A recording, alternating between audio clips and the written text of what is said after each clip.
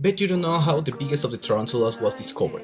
Let me tell you, it was near the start of the 18th century, when all the scientific and biology people were men, and did not allow the women to be part of the scientific society, meaning that they couldn't do research or investigate about these topics. But in Europe, there was a woman that, while all men were suppressing their rights to study and investigate, this woman was breaking the rules, doing research by herself. Was Maria Sibylla Merian.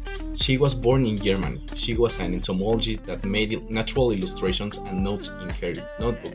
In the draw she made, she is studying insect since she was a kid, but one of her biggest goals for the scientific society was to discover the king of tarantulas, the Theraphosa blondi. Yeah, the king of, like, girls over here.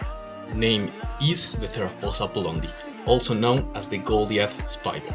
In that time it wasn't allowed to do exchange of female students. However, she managed to travel to Venezuela, where she found more fauna. She was a curious person, so she decided to go to Venezuela by her own. She traveled like a tourist because at that time it was not allowed to female students to travel to investigate. She entered the forest to a wood house, or at least that's what they say. She stayed there a while so she could study the flowers and insects. She drew a lot of bugs like caterpillars, bees, butterflies, beetles, and insects with wings. She was in the forest like a normal day, but in a tree she saw a big spider, a pretty big one, eating a bird. Can you imagine it? Yeah, kinda scary. She immediately started drawing her, eating the bird, like this drawing. It's a draw of her. Yeah.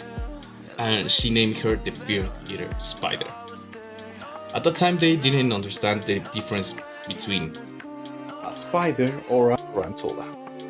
When she published her first book, she was so excited because she was one of the first entomologist women that would do a change, and with enough reason, she created the family of Theraphosidae and the family of tarantulas. So I'm pretty sure the king of tarantulas feels pretty cool to be studied by one of the most important female biologists in the history of science.